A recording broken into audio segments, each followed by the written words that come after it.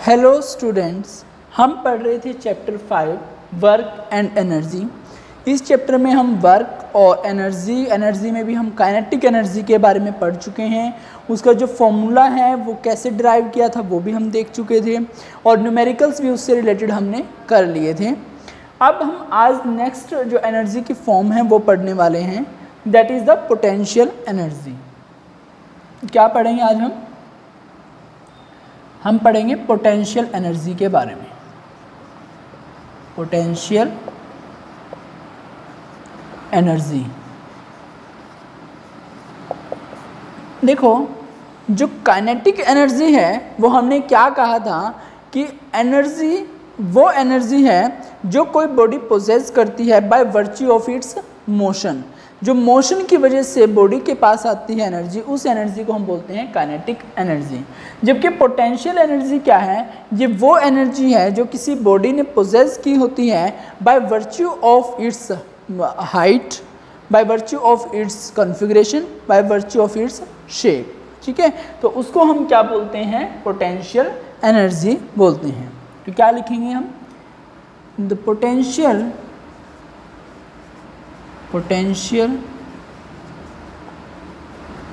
energy is defined as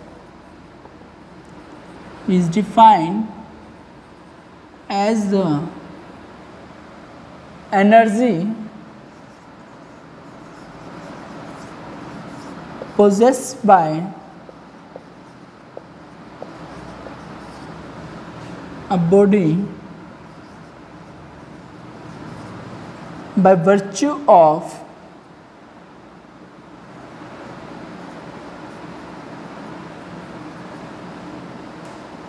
its position, कहाँ पर है उसकी पोजीशन के बेस पर, और इट्स कॉन्फ़िगरेशन,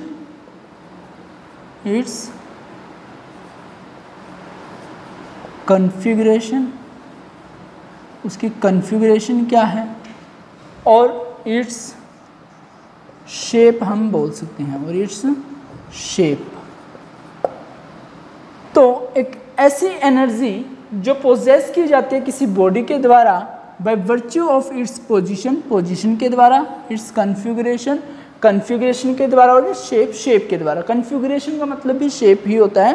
ठीक है, तो जो पोजीशन और बॉडी की शेप की वजह से जो एनर्जी होती है बॉडी के पास, उस एनर्जी को हम बोलते हैं पोटेंशियल एनर्जी हम बोलते हैं। ठीक है, अब पोटेंशियल एनर्जी बोलने से क्या मतलब है, देखो अगर आपके पास कोई रबड़ बैंड है, ठीक है, मान लो ये कोई रबड़ बैंड है, और इस रबड़ बैंड को आप अपने दोनों हाथों से यहाँ से भी और इधर से भी खींचते हो। ठीक है, आपने इसको क्या किया, खींचा है, पुल किया है इस तरीके से, तो ये क्या होगा, एक्सपेंड होगा।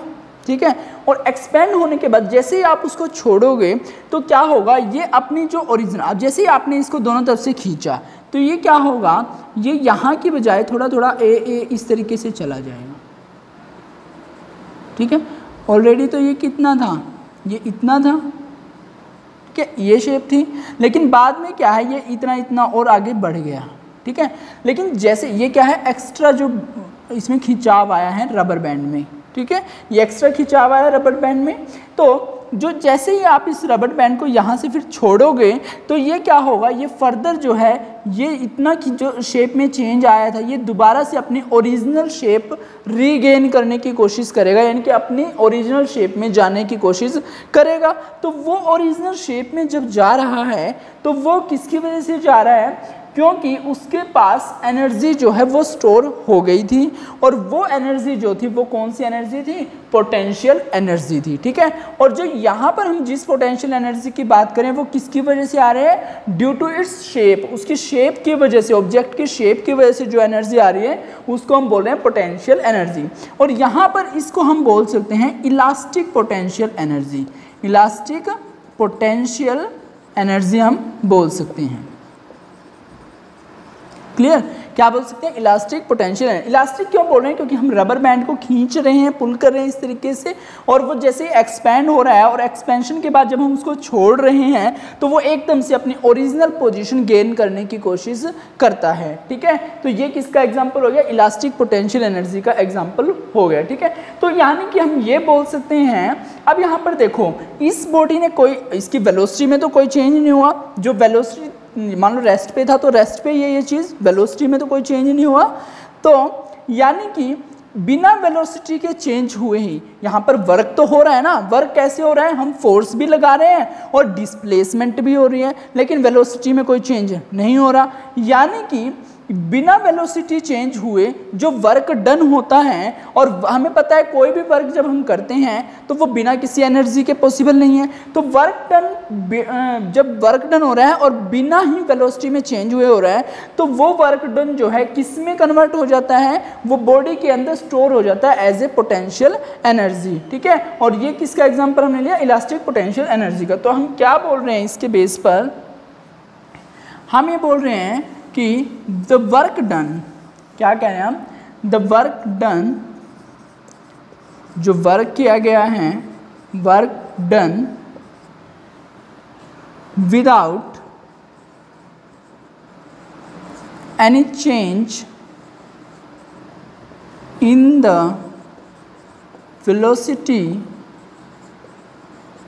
ऑफ द ऑब्जेक्ट, यानी कि ऑब्जेक्ट की वेलोसिटी में चेंज किए बिना जो वर्क हो रहा है वो वर्क क्या है, इज स्टोर्ड, वो स्टोर हो जाता है इन द बॉडी, बॉडी के अंदर, वर्क डन विदाउट, चेंज नहीं हो रहा है यहाँ पर। ठीक है, हम क्या बोल रहे हैं, द वर्क डन विदाउट, बिना किसी, विदाउट, ये वर्ड बिल्कुल जरूरी है यहाँ पर, the work done without any change in the velocity of the object, object की वेलोसिटी में चेंज किए बिना ही जो वर्क हो रहा है वो वर्क डन क्या स्टोर हो जाता है बॉडी के अंदर in the form of potential energy, in the form of potential energy, potential energy की फॉर्म में जो है वो वर्क डन जो है स्टोर हो जाता है। ठीक है, तो आपको समझ में आएगा कि चेंज ना हो वेलोसिटी में क्या मतलब है। मान लो रबर बैंड आपने लिया है और ये रबर बैंड जब आप इसको एक्सपेंड करते हो दोनों तरफ से अपने हाथों का यूज़ करके, तो जैसे आपने इसको यहाँ से ऐसे एक्सपेंड किया तो ये ओरिजिनल शेप से थोड़ा सा एक कुछ इस तरीके से शेप इसकी बढ़ जाएगी, इस तरीके से हो जाएगी। ठीक है, और ये जो बढ़ी हुई शेप है इसका मतलब ये नहीं है कि उसने वेलोसिटी गेन कर ली, ये कुछ डिस्प्लेसमेंट हो गई है बस इसमें, और फोर्स हमने अप्लाई किया है, तो फोर्स इनटू डिस्प्लेसमेंट क्या हो रहा है, यहाँ पर फोर्स भी है और डिस्प्लेसमेंट भी है, this is equal to work done, तो ये वर्क डन के इक्वल है। और ये वर्क डन का कैसे हो रहा है, बिना वेलोसिटी में चेंज हुए, तो रेस्ट पर है ऑलरेडी, तो बाद में भी रेस्ट पर ही है, कोई मोशन तो हो नहीं रही, तो वेलोसिटी में तो कोई चेंज नहीं हो रहा, तो यहाँ पर velocity change is equal to कितना है, 0, velocity change is equal to कितना है, 0, वेलोसिटी में कोई चेंज नहीं है। तो जो ये वर्क डन है यही किसके इक्वल हो जाएगा, पोटेंशियल एनर्जी के इक्वल हो जाएगा, ये एज ए पोटेंशियल एनर्जी जो है स्टोर हो जाता है बॉडी के अंदर। ठीक है, और वो पोटेंशियल एनर्जी बाद में क्या होगा, यहाँ पर ये उस एनर्जी को क्या करेगा, रिलीज करेगा और अपनी ओरिजिनल पोजीशन को, ओरिजिनल शेप को गेन करने की कोशिश करेगा ये ऑब्जेक्ट। ठीक है, तो ये आपको समझ में आया कि पोटेंशियल एनर्जी क्या होती है। और हमने इलास्टिक पोटेंशियल एनर्जी की भी बात करी कि जो शेप की वजह से पोटेंशियल एनर्जी बॉडी में आ रही है उसको हम बोल रहे हैं इलास्टिक पोटेंशियल एनर्जी। अब हम यहाँ पर एक वर्ड यूज लिखा है, जब हमने पोटेंशियल एनर्जी की डेफिनेशन लिखी है तो उसमें हमने पोजीशन की बात कही है कि कुछ किसी बॉडी की पोजीशन की वजह से जो उसके पास एनर्जी आती है उसको हम बोलते हैं क्या, पोटेंशियल एनर्जी उसकी बोलते हैं। ठीक है, अब मान लो आपने क्या है, कोई बॉक्स है, ठीक है, या फिर कोई बॉल, आप कुछ भी मान सकते हो, ये बॉक्स पहले ऑलरेडी ग्राउंड के ऊपर रखा हुआ है, ये है ग्राउंड लेवल। ठीक है, यानी कि ये अर्थ पर रखा हुआ है, ग्राउंड पे रखा हुआ है, ये ऑब्जेक्ट है। अब आप क्या कर रहे हो, इस ऑब्जेक्ट को ग्राउंड से उठाकर लिफ्ट करके ऊपर ले जाते हो, ऊपर उठा लेते हो, यानी कि इसको यहाँ से यहाँ मूव करवा देते हो। ठीक है, तो यहाँ से ये पहले कहाँ था, ग्राउंड लेवल पे था, अब ग्राउंड लेवल से आप कहाँ ले गए, इसको यहाँ लेकर आ गए हो, इस लेवल पर लेकर आ गए हो। क्लियर। तो ये डिस्टेंस कितना है, ये ग्राउंड लेवल से ये डिस्टेंस h है, यानी कि हाइट कितनी है इसकी, h हाइट है, ठीक है। यानी कि यहाँ से इसको ये पोजीशन थी पहले, दूसरी पोजीशन कौन सी होगी, ये पोजीशन होगी।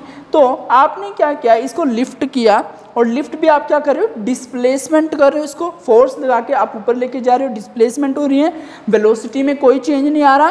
तो जो वर्क डन यहाँ पर होगा, क्योंकि यहाँ पर फोर्स भी आपने अप्लाई किया है और डिस्प्लेसमेंट भी है, फोर्स भी आप अप्लाई कर रहे हो, डिस्प्लेसमेंट भी कर रहे हो, तो फोर्स इनटू डिस्प्लेसमेंट किसके इक्वल हो जाता है, वर्क डन के इक्वल। और वेलोसिटी में कोई चेंज नहीं है, क्योंकि पहले भी रेस्ट पर था, बाद में ऊपर जाने के बाद भी रेस्ट पर ही है, तो वेलोसिटी चेंज क्या है, 0, velocity change is equal to 0। तो वेलोसिटी में कोई चेंज नहीं है, तो ये वर्क डन किसके इक्वल हो जाएगा, this is equal to potential energy के इक्वल हो जाएगा, ठीक है। अब एक बात देखो, जब आप इस बॉडी को लिफ्ट कर रहे हो ऊपर की तरफ, ठीक है, और ग्राउंड लेवल से ऊपर की तरफ लेके जा रहे हो, तो इस बॉडी के ऊपर जो है एक फोर्स तो हम लगा रहे हैं ऊपर की तरफ, ये फोर्स है अप्लाइड फोर्स, जो हम अप्लाई कर रहे हैं, applied force, this is the applied force. और एक फोर्स जो है नीचे की तरफ लग रहा है, कौन सा फोर्स, ग्रेविटी का फोर्स, ग्रेविटेशनल फोर्स इसको नीचे की तरफ खींच रहा है, ग्रेविटेशनल फोर्स। जो अर्थ की ग्रेविटी है वो इसको नीचे की तरफ खींचने की कोशिश कर रही है, तो इस पर दो फोर्स लगे, ग्रेविटेशनल फोर्स जो है इसके अपोजिट, अप्लाइड फोर्स के अपोजिट डायरेक्शन में लग रहा है, ठीक है। अब हम क्या बोल रहे हैं कि जो फोर्स हो रहा है, ये फोर्स इनटू डिस्प्लेसमेंट। अब देखो फोर्स किसके इक्वल होता है, देखो डिस्प्लेसमेंट कितनी हुई है, ये पहले यहाँ पर था और यहाँ से कितने लेवल पर चला गया, h हाइट पर चला गया, तो डिस्प्लेसमेंट तो होगी h। ये बात समझ में आएगी आपको, डिस्प्लेसमेंट कितनी होगी, h डिस्प्लेसमेंट होगी यहाँ पर। लेकिन जो फोर्स होता है, देखो हम इसको थोड़ा समझने की कोशिश करते हैं, यहाँ समझेंगे। देखो हम क्या बोल रहे हैं कि वर्क डन किसके इक्वल है, फोर्स इंटू डिस्प्लेसमेंट के, क्लियर। अब डिस्प्लेसमेंट कितनी हो रही है, यहाँ से यहाँ जा रहा है, तो कितनी डिस्प्लेसमेंट हो रही है, h डिस्प्लेसमेंट हो रही है, तो आपने s की जगह तो लिख दिया h। अब फोर्स आपको पता है किसके इक्वल होता है, force is equal to mass into acceleration, तो फोर्स होता है मास इंटू एक्सेलरेशन, a हमने लिख दिया, क्लियर। अब एक्सेलरेशन कौन सी इस पर एक्ट हो रही है, जो ड्यू टू ग्रेविटी की वजह से हो रही है, और वो कितनी होती है उसको हम स्मॉल g से लिखते हैं, दिस इज कॉल्ड ग्रेविटी, क्या बोलते हैं इसको, acceleration due to gravity. Gravity की वजह से जो एक्सेलरेशन हो रही है उसको स्मॉल g से रिप्रेजेंट कर रहे हैं, तो इस एक्सेलरेशन की जगह हम यहाँ पर लिखेंगे g, स्मॉल g, ठीक है। ये g क्या है, एक्सेलरेशन ड्यू टू ग्रेविटी। और ये क्यों लिख रहे हैं, क्योंकि हम इसको जो है ग्रेविटी के अगेंस्ट अप्लाई कर रहे हैं हमारे फोर्स को, तो इसीलिए यहाँ पर क्या लगेगा, ग्रेविटेशनल, जो ग्रेविटी की वजह से एक्सेलरेशन है वो लिखेंगे हम, g लिखा। तो यहाँ पर जो ये वर्क डन है ये किसके इक्वल हो रहा है, m multiply g multiply h, mgh के इक्वल आ गया, क्लियर।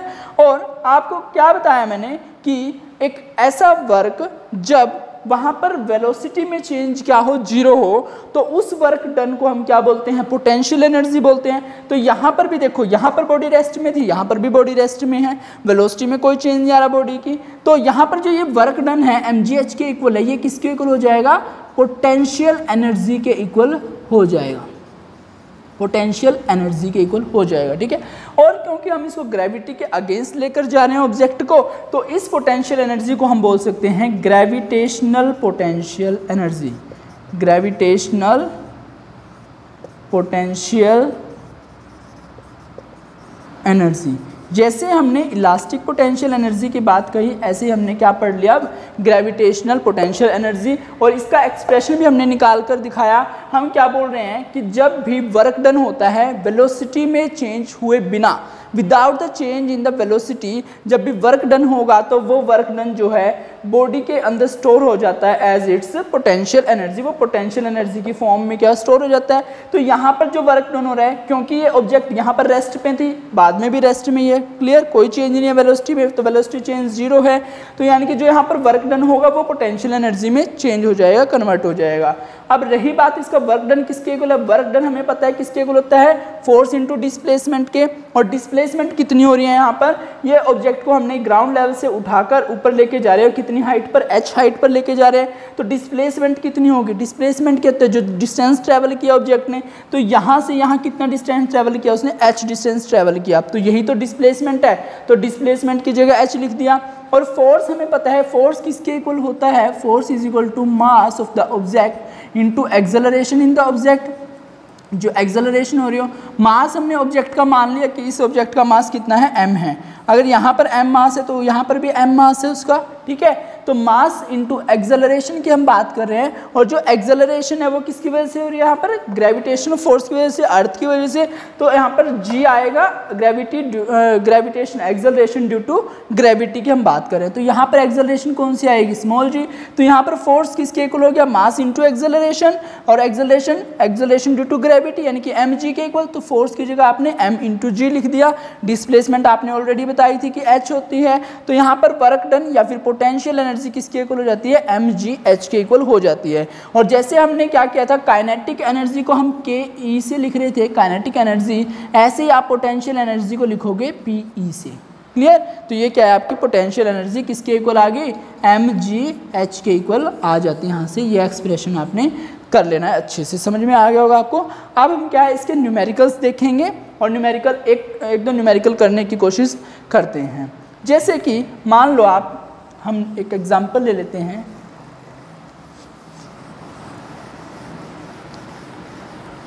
तो एग्जांपल में कुछ इस तरीके से लो, आपने कोई ऑब्जेक्ट मान ली, ठीक है, हम एक न्यूमेरिकल कर रहे हैं, जनरल न्यूमेरिकल। ऑब्जेक्ट है कोई जिसका मास आपके पास कितना है, मास आपने ले लिया 4 किलोग्राम है, क्लियर। और जो आपने क्या किया, उस ऑब्जेक्ट को ग्राउंड लेवल से उठाकर आप लेके गए हो एक हाइट पर, और वो हाइट जो आपने ली है, वो हाइट कितनी ली आपने, कितनी हाइट तक लेकर गए आप उसको आप लेकर गए हो 2 मीटर, ठीक है। 2 मीटर तक आपने ग्राउंड लेवल से उठा लिया, यानी कहने का मतलब क्या है, ये ऑलरेडी कहाँ थी ऑब्जेक्ट, मान लो ये ऑब्जेक्ट है जिसका जो मास m है वो 4 kg है, ठीक है, ये ऑलरेडी ग्राउंड लेवल पर थी, और इसको आपने फिर उठाकर ग्राउंड लेवल से 2 मीटर ऊपर लेकर चले गए यहाँ पर, ठीक है। और यहाँ पर जो है ये जो इसका मास तो वही रहेगा 4 kg, ठीक है, बस इसकी जो हाइट है वो कितनी है, 2 मीटर चली गई अब, ठीक है। और यहाँ पर जो आपने एक्सेलरेशन ड्यू टू ग्रेविटी की बात कर रहे हो g, this is equal to 10 metre per second square, ठीक है, 10 मीटर पर सेकेंड स्क्वेयर लेना आपने इसको। ये जो एक्सेलरेशन ड्यू टू ग्रेविटी है, ये जो है आप इसकी वैल्यू जो है आपको न्यूमेरिकल के साथ दी होती है most of the time 9.8 metre per second square दी होती है, कई बार इसकी value 10 metre per second square दी होती है। अगर आपको दे रखी है तो आपने वही यूज़ करनी है, जैसे यहाँ पर इस न्यूमेरिकल में आपको गिवन है कितनी 10 मीटर पर सेकेंड स्क्वेयर, तो आप यही यूज़ करोगे। अगर 9.8 मीटर पर सेकेंड स्क्वेयर दी होती तो आप यही यूज़ करते। अगर इन दोनों में से कोई भी वैल्यू गिवन नहीं है तो आप अपने क्वेश्चन के अकॉर्डिंग जो आपको क्वेश्चन को ईजी बना रही हैं वो आप यूज़ करोगे, ठीक है। तो आपने उसी अकॉर्डिंग उसको यूज़ करना है। अब यहाँ पर देखो, तो इसमें आपने क्या पूछा है, इन्होंने पूछा है फाइंड पोटेंशियल एनर्जी निकालनी है आपने, ठीक है। अब हमने पढ़ लिया यहाँ पर कि जो पोटेंशियल एनर्जी है, अब हमें ये पता है कि यहाँ पर हाइट की बात हो रही है, यानी कि पोजीशन की वजह से पोटेंशियल एनर्जी है, और उसको ग्राउंड लेवल से ऊपर लेकर जा रहे हैं, यानी कि ग्रेविटेशनल पोटेंशियल एनर्जी की बात हो रही है। तो यहाँ पर जो पोटेंशियल एनर्जी है जिसको हम किससे रिप्रेजेंट करेंगे, PE से, ये इस किसके इक्वल हो जाएगी, mass into acceleration due to gravity into height के इक्वल हो जाएगी। मास ऑफ द ऑब्जेक्ट का मास किसके कितना है, ये दिया हुआ है 4 kg, तो आपने 4 लिखा। एक्सेलरेशन ड्यू टू ग्रेविटी कितना गिवन है, 10 मीटर पर सेकेंड स्क्वेयर है, और हाइट कितनी दी हुई है आपको, 2 मीटर दी हुई है। तो जब आप इसको सोल्व करोगे तो आपको कितना मिल रहा है, 4 इंटू 2 8 इंटू 10 कितना मिल रहा है, ये 80। और एनर्जी है तो एनर्जी किस में होती है, जूल में आप आपको मिलेगी। क्लियर? तो आपको ये न्यूमेरिकल भी समझ में आ गया होगा और आपने क्या करना है, सिर्फ ये पोटेंशियल एनर्जी का फॉर्मूला यूज़ करना है और उसी के बेस पर आपने न्यूमेरिकल सॉल्व करना है। ठीक है, जो बस समझने वाली बात यहाँ पर क्या है कि ये एक्सप्रेशन आ कैसे रहा है और इसके आने का रीज़न आपको बता दिया कि ये आपने सिर्फ एक ही पॉइंट इसमें ध्यान रखना है। कौन सा पॉइंट ध्यान रखना है कि जो वर्क किया जाता है, work done without the change in the velocity of the body is stored in the body as its potential energy. ठीक है, तो किस पॉइंट पर आपने जो मेन पॉइंट है इस पोटेंशियल एनर्जी के लिए वो क्या है, वो अब दोबारा आपको रिपीट कर रहा हूँ उस पॉइंट को मैं, द वर्क डन, बहुत ही इंपॉर्टेंट पॉइंट है ये, the work done without the change, बिना किसी चेंज के, किसमें, वेलोसिटी में, change without the change in the velocity of the object, in the velocity of the object is stored, तो वो वर्क डन जो है स्टोर हो जाता है as its potential energy, as its potential energy. ठीक है, तो एक ऐसा वर्क डन जो वेलोसिटी में चेंज किए बिना ही हो, तो वो जो है उस बॉडी की पोटेंशियल एनर्जी के फॉर्म में जो है स्टोर हो जाता है। ठीक है, तो ये आपको पोटेंशियल एनर्जी को समझ में आ गया होगा। कल हम जो है नेक्स्ट लेक्चर में कुछ और न्यूमेरिकल्स करेंगे पोटेंशियल एनर्जी से रिलेटेड। तब तक जो आप इस लेक्चर को देखिए और पोटेंशियल एनर्जी के कॉन्सेप्ट को समझने की कोशिश कीजिए। कोई भी डाउट है तो आप कमेंट सेक्शन में पूछ सकते हैं। अपना सिलेबस स्ट्रिक्टली कवर कीजिए। Thank you.